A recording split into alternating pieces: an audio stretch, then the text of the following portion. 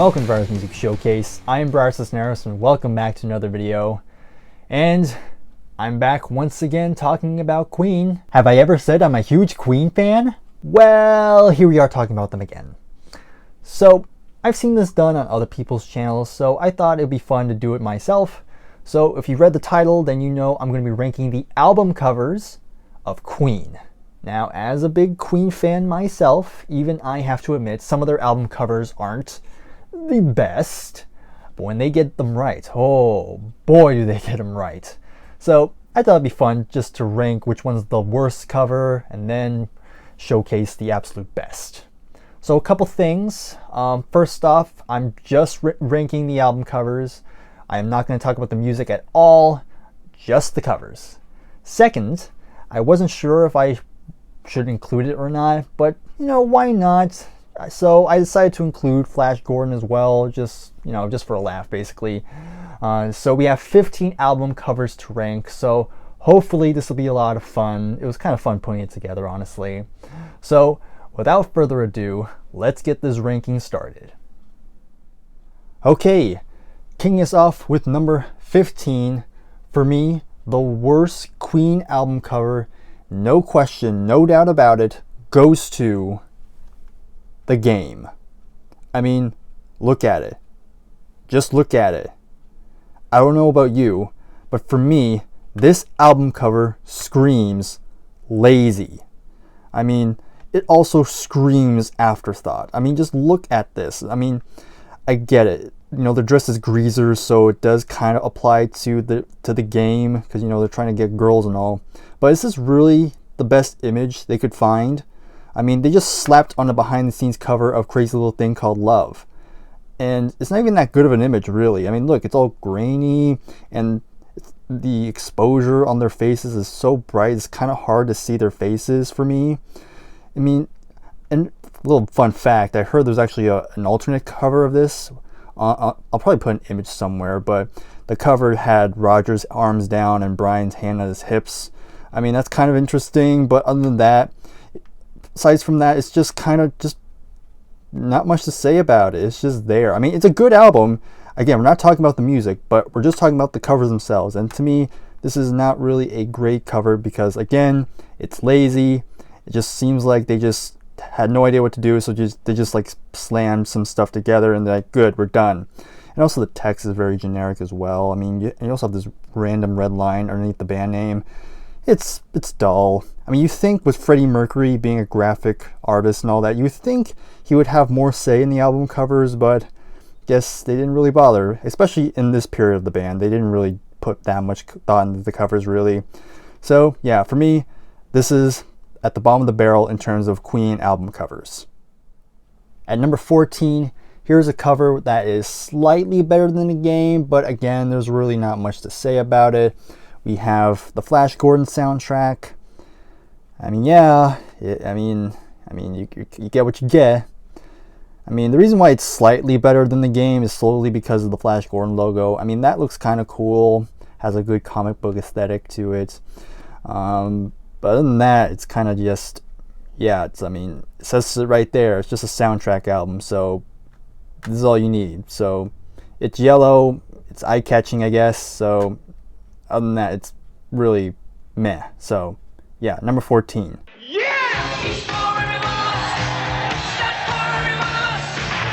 At 13, here's the cover that most people would put at the bottom. And I can understand why. I mean, it's still pretty low for me, but for me, number 13 is The Miracle. I mean, solely because of how cursed this image is. You just have the band just have their faces morphed together into one. I mean, definitely not the most pleasant looking thing, but this is still way better than The Game, solely because at least they tried something.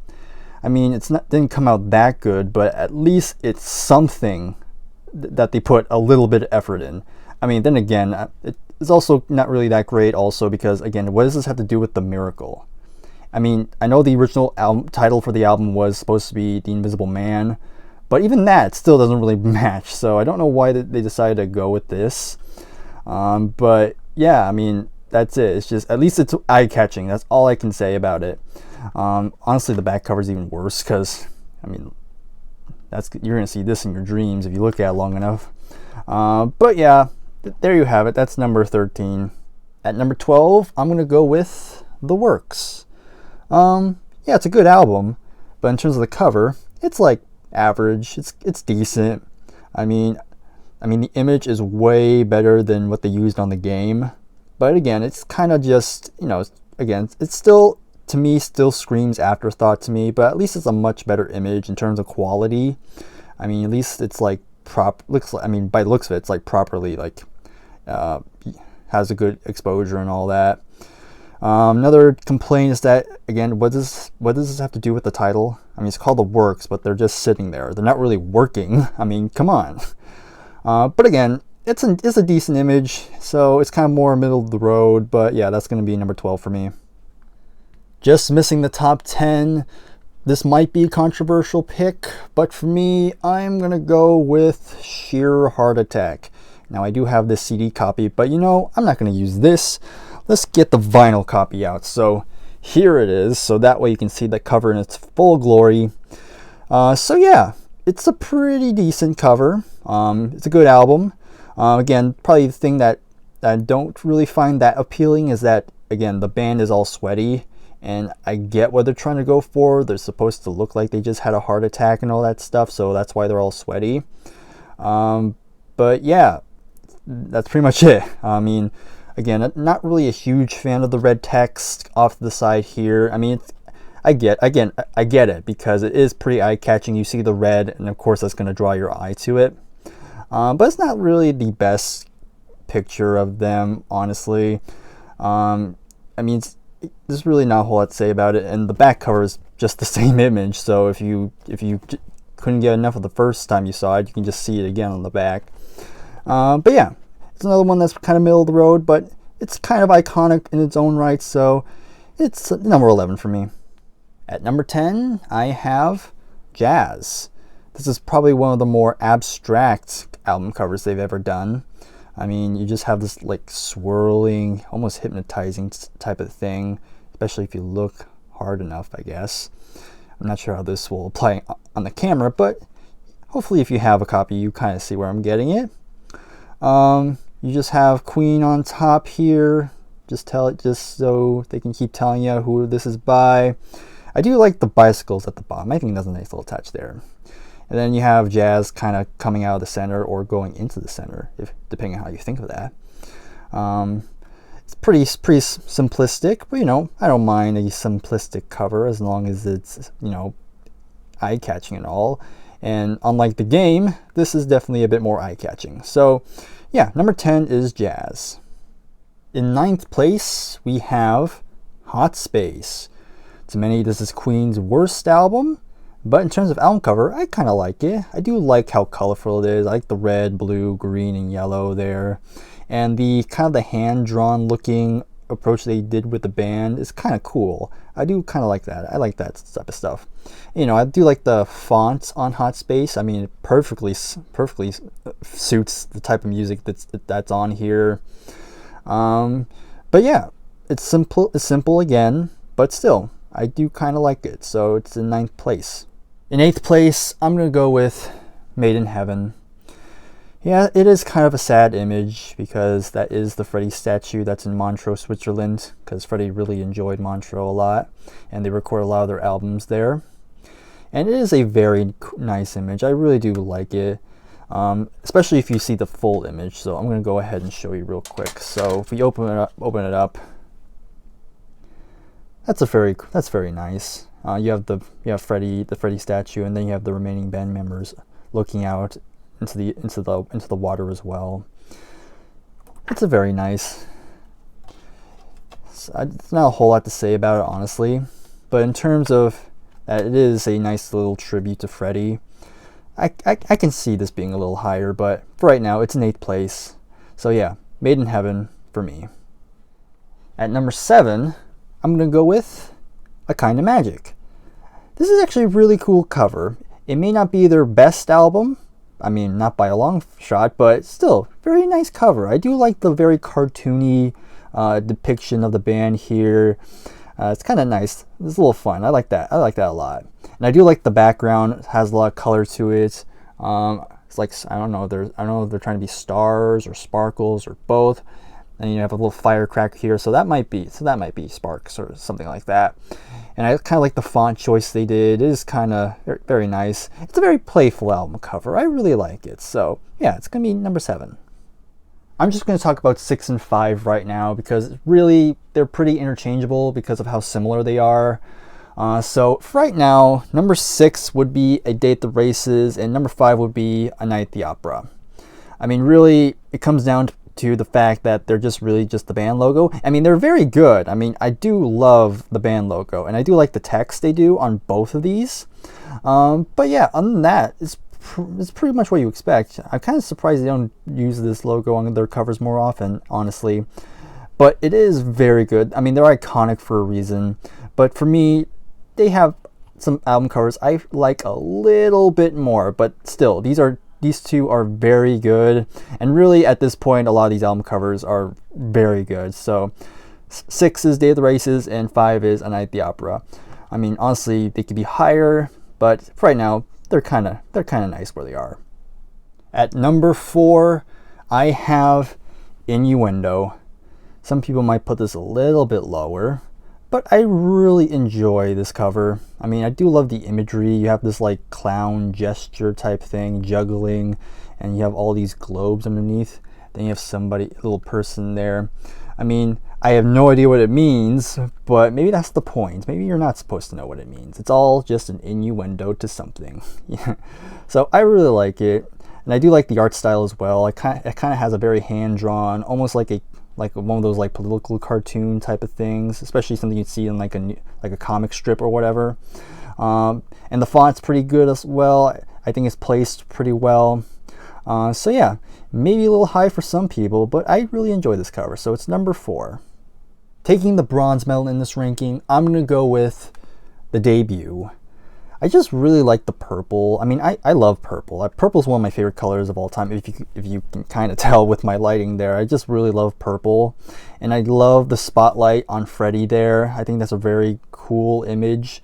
I mean, just early on, just Freddie already showing off right there. And I do like this little logo here. It's not the iconic logo we all know, but I think this is still a very nice logo there, and I think it's placed perfectly.